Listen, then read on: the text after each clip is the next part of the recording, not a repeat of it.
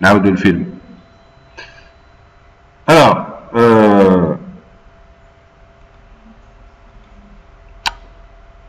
l'objectif de ce cours-là, c'est de pouvoir créer un diagramme de séquence. Alors, on fait modèle orienté objet, et là, je choisis diagramme de séquence. Allez, on y va. Là, il faut qu'il me donne la boîte à outils. Elle est là, la palette. Regardez. Elle est là, votre palette. Alors, le diagramme de séquence, comme vous le savez, il est basé sur les acteurs et classes d'objets. Bon, je vais faire 2 acteurs, 3 acteurs. Et regardez qu'il me fait directement là, il me donne la ligne de vie. Alors, je vais modifier cet acteur-là. Je vais l'appeler, par exemple, client. Appliquer. Je fais ici, ici je mets service. Je fais quoi? Je fais service commercial par exemple. Service commercial. Appliquer. Je fais ici magasin.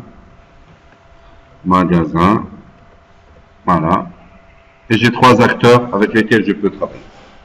Je vais gérer un peu la gestion des commandes. Alors, qu'est-ce que je prends? Je prends un message simple, un message de retour, un message réflexif. Il y a pas mal de types de messages. Je prends le message simple. Et je me mets de là à là. Regardez. Et là, je fais effectuer commande. Effectuer commande. Voilà. Appliquer. Et là, je vais le service commercial. Je vais mettre ici. Il ne me lâche pas.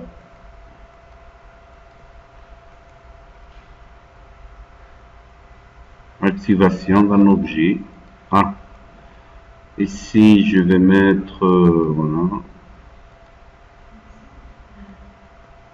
Je vais voir ce qu'il me donne. Il ne donne pas grand chose.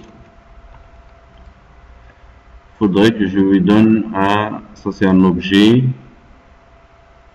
Ça c'est un message réflexif. Voilà. Et je prends cet objet-là. Je fais par exemple vérification du stock. OK, je fais OK. Je fais, après, il va envoyer un message commandé au magasin par exemple. Je fais appliquer. OK. Ici, je prends un message réflexif là et je fais par exemple préparation de la commande, préparation de la commande. Après, il y a un message qui va revenir là et je fais vers le client par exemple, je fais livraison de la commande et je vais faire un petit message ici, édition de la facture. C'est un message qui prend un peu de temps et je fais un message de retour ici, là. Alors, je vais changer celui-là.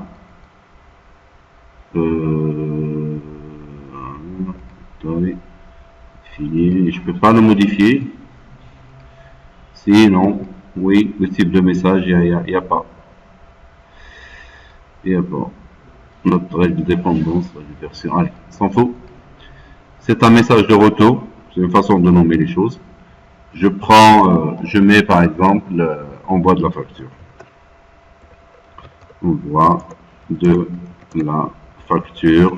Ça, c'est un diagramme de séquence simple. Et je vais prendre un message normal au service commercial. Ici, règlement de la facture. De la facture. Ça, c'est un type simple de diagramme de séquence. Et après, vous pouvez toujours jouer sur ça, modifier lui donner de l'ombre, comme n'importe quel diagramme, changer de couleur des acteurs et ainsi de suite. Ici, ça c'est le lien. La couleur, par exemple, oui, changer de couleur ici. Appliquer là, il change de tête. Et ainsi de suite. Ça, c'est un exemple de diagramme de séquence que vous pouvez utiliser. Aussi, vous pouvez générer, ici, je fais modèle, rapport. Là, vous générez un rapport. Je prenais un rapport standard, par exemple. Vous faites OK.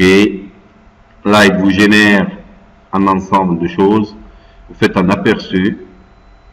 Et vous générez le RTF correspondant. Je le mets sur mon bureau, enregistrer. Et ce que vous gagnez en fait, c'est la liste des acteurs, la liste des messages et le diagramme lui-même. Quand vous avez un rapport final que vous devez rendre, ne prenez pas tout ce qu'il vous donne, mais prenez l'essentiel qui vous intéresse. Par exemple, ce diagramme-là. Il est en forme d'image que vous pouvez toujours lui donner de l'ombre, de l'effet, ainsi de suite. Il ne faut pas exagérer. Bon, s'en fout. Ça, c'est une image et vous avez un ensemble d'informations, par exemple, la liste des acteurs, là, la liste des attributs, ça vous enlevez, vous n'en avez pas besoin. Et vous pouvez toujours faire un rapport vide et choisir au moment, choisir le diagramme, la liste des acteurs, là, ça, pour que vous n'ayez pas à supprimer pas mal d'autres choses.